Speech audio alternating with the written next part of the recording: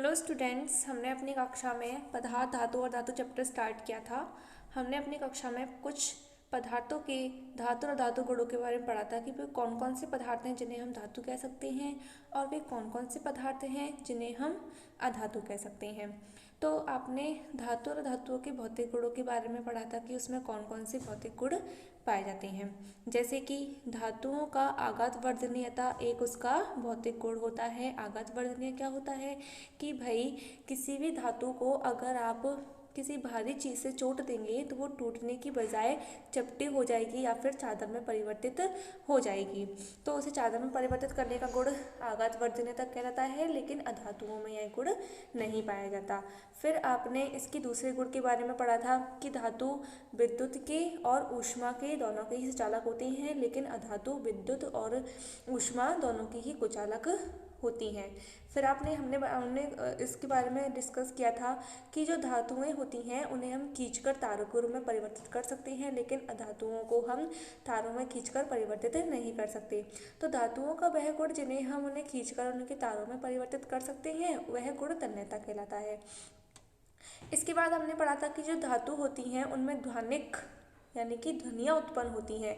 जैसे कि अगर आप किसी धातु के बर्तन को ज़मीन पर फेंकेंगे तो उसमें एक निनाद ध्वनि उत्पन्न होती है या फिर रिंगिंग साउंड उसमें उत्पन्न होता है। रिंगिंग साउंड कैसा भाई, जैसे आप मंदिरों में घंटियाँ बजाते हैं, बिल्कुल ऐसा ही जो साउंड है आपको सुनाई देता है। आपसे अगर क्वेश्चन पूछा जाए कि स्कूलों में जो घंटियाँ होती हैं वो धातु की क्यों बनी होती हैं, वो किसी अधातु लकड़ी या कोयले जैसे पदार्थ से बनी हुई क्यों नहीं होती हैं, तब आप कह सकते हैं कि वे धातु होती हैं उनमें ध्वनिक उपस्थित होती हैं और वो किसी कठोर सतह से टकराने पर निनाद ध्वनि उत्पन्न करती हैं, जिसके कारण हमें अगर हम बहुत दूर भी अपनी कक्षाओं में बैठे होंगे तो भी हमें घंटी की आवाज़ सुनाई देगी। अगर वह किसी अधातु की बनी हुई होगी तो हम उसकी आवाज़ को नहीं सुन पाएंगे।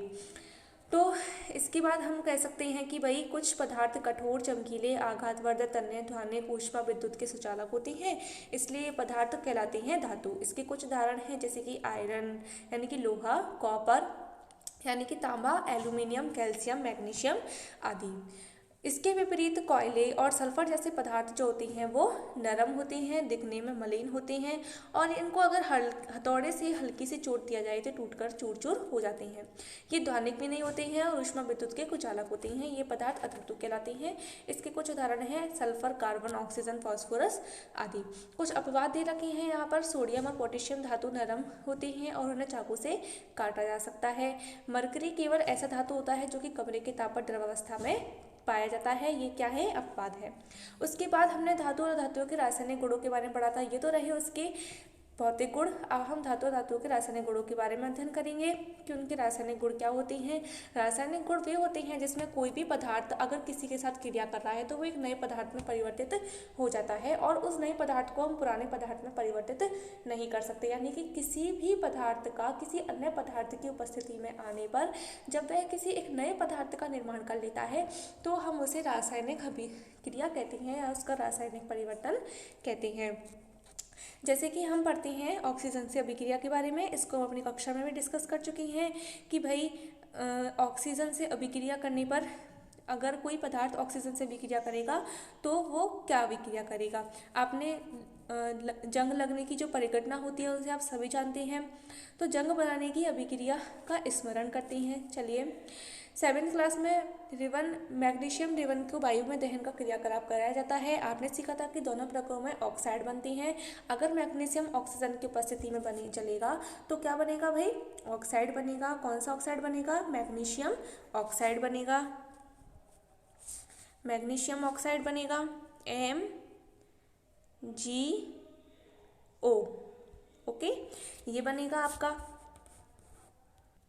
इसके बाद अगर आप आयरन को ऑक्सीजन के जल की उपस्थिति में इसकी अभिक्रिया कराएंगे, यहाँ पर देखिए आयरन में ऑक्सीजन और जल दोनों की उपस्थिति में अभिक्रिया हो रही है तो क्या बनेगा, जंग लग जाएगी। जंग लग जाएगी तो उसका फॉर्मूला आप क्या लिखेंगे, आप उसका फॉर्मूला लिखेंगे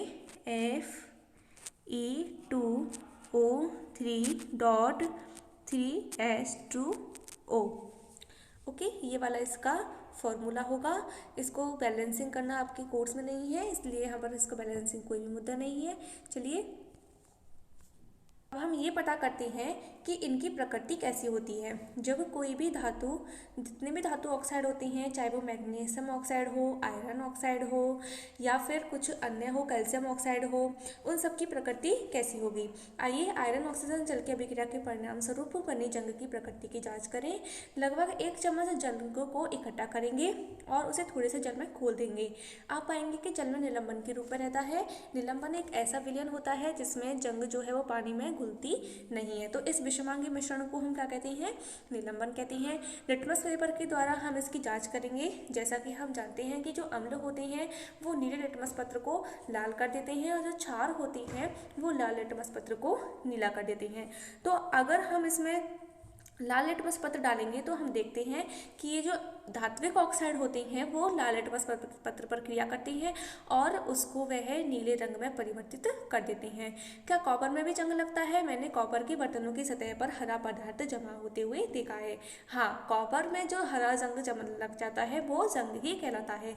जब कॉपर के बर्तन को लंबे समय तक नम और वायु में रखा जाता है तो उस पर एक हल्की हरी परत जमा हो जाती है और यह हरा जो पदार्थ होता है वो कॉपर ऑक्साइड कहलाता है। एक लाल भूरे रंग का पदार्थ होता है जिसे हम जंग कहते हैं और एक हरे रंग का पदार्थ होता है वो कॉपर हाइड्रोक्साइड होता है। ये कॉपर के जल और ऑक्सीजन की उपस्थिति में रखे रहने के कारण ही बनता है। और यह कॉपर हाइड्रोक्साइड और कॉपर कार्बोनेट का मिश्रण होता है। इसकी निम्नलिखित अभिक्रिया होती है कि भाई कॉपर जो है इसको जल, कार्बन डाइऑक्साइड और ऑक्सीजन, कॉपर जो है वो, एक बात ध्यान रखिए कि आयरन यानी कि जो लोहा होता है वो कार्बन डाइऑक्साइड के साथ में क्रिया नहीं करता, जबकि जो कॉपर होती है वो कार्बन डाइऑक्साइड के साथ में भी क्रिया कर लेती है। कॉपर ऑक्साइड के साथ में क्रिया कर लेती है तब ये हमको कौन कौन से पदार्थ बना के देती है, एक तो कॉपर हाइड्रोक्साइड बना के देती है और एक हमको देती है यह है कैल्शियम कार्बोनेट, दोनों बन रही है इसमें। अब मैग्नीशियम रिबन के दहन के क्रियाकलाप का स्मरण कीजिए। मैग्नीशियम रिबन का दहन करने पर प्राप्त राख को जल में घोलकर उसकी अम्लीय और क्षारीय प्रकृति जानने के लिए विलयन का परीक्षण करते हैं। देखिए मैग्नीशियम रिबन जो होती है, अगर आप उसे लौ यानी कि किसी भी मोमबत्ती के सामने उसे जला रहे हैं, ये मैग्नीशियम रिबन हो गया, इससे आप जलाएंगे तो इसमें से एक ऐसी ज्वाला निकलती है जिसे आप बहुत लंबे समय तक देखेंगे तो आपकी आंखों को वो हानि पहुंचा सकती है, इसलिए इसको जलते हुए अधिक समय तक न देखें। जब ये पूरी तरीके से जल जाता है तब हमको एक वाइट कलर का, कैसे कलर का, वाइट कलर का एक अवशेष प्राप्त होता है यानी कि राख प्राप्त होती है। इस वाइट कलर के अवशेष को आप क्या करेंगे, एक इस बीकर लेंगे, उसमें आप इसे घोल लेंगे जल में। ठीक है, आपने इसको इसमें घोल लिया है और आप इसका एक क्या बना लेंगे, विलयन बना लेंगे। विलयन बना लिया आपने इसका। अब इस विलयन में आप क्या करेंगे, लिटमस पेपर के माध्यम से इसकी टेस्ट करेंगे कि भाई ये अम्लीय प्रकृति का है या फिर क्षारीय प्रकृति का है। तो जैसे ही आप देखते हैं कि आप इसमें लाल लिटमस पेपर डालते हैं, कौन सा पेपर डालते हैं भाई, लाल लिटमस पेपर डालते हैं, किसमें, बीकर में डालते हैं उसे आप, तो वो क्या करेगा, इस लाल लिटमस पेपर को क्या कर देगा, नीला कर देगा। ठीक है, उसे क्या कर देगा, वो नीला कर देगा। तो नीला कर देगा तो इसका मतलब क्या हो गया, उसकी प्रकृति हम कह सकते हैं कि भाई इसकी जो प्रकृति है वो क्षारीय है। हम ये सिद्ध कर सकते हैं इसकी प्रकृति कैसी होती है, क्षारीय होती है। आपने परीक्षण किया होगा कि लाल लिटमस जो है वो नीला हो जाता है, इसलिए मैग्नीशियम की ऑक्साइड की प्रकृति कैसी होती है, क्षारीय होती है।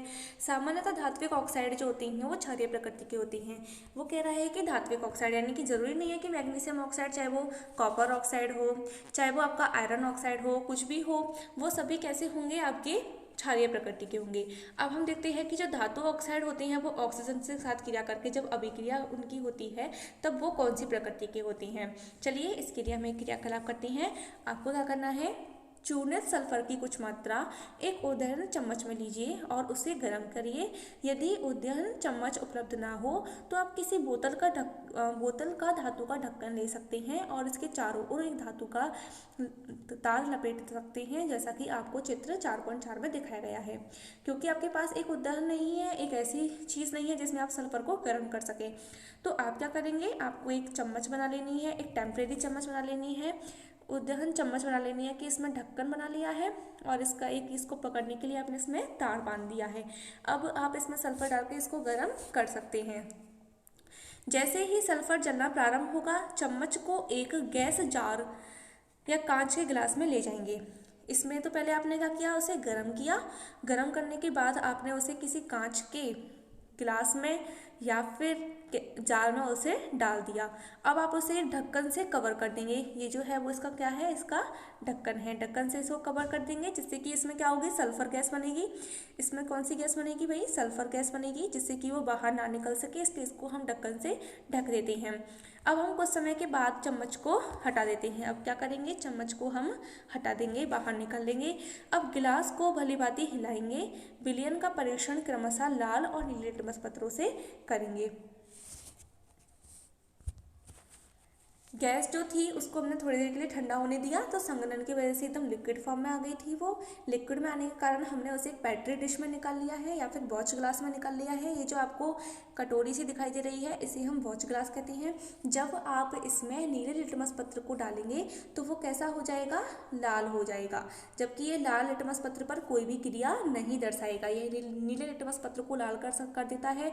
अतः हम कह सकते हैं कि जो जितने भी अधात्विक ऑक्साइड होती हैं वो कैसे प्रकृति के होती हैं, अम्लीय प्रकृति के होती हैं।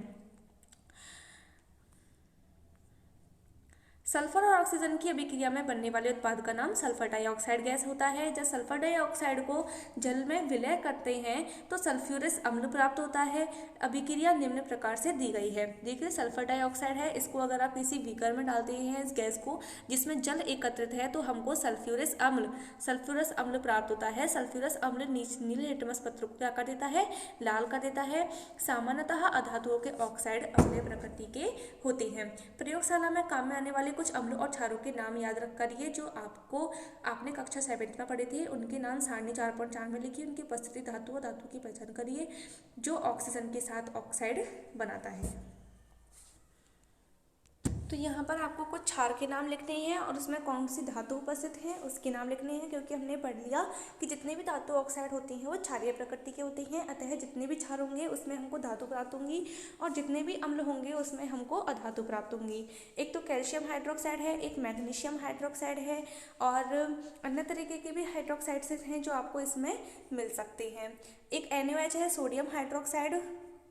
चलिए कुछ अम्लों के नाम मैं आपको बताती हूँ। इसमें सल्फ्यूरिक अम्ल दे रखा है, हाइड्रोक्लोरिक अम्ल होता है और इसके अलावा एसिटिक अम्ल वगैरह ये भी हो सकते हैं। बहुत तरीके के अम्ल हो सकते हैं। आप 7th क्लास की बुक से इसकी मदद ले सकते हैं।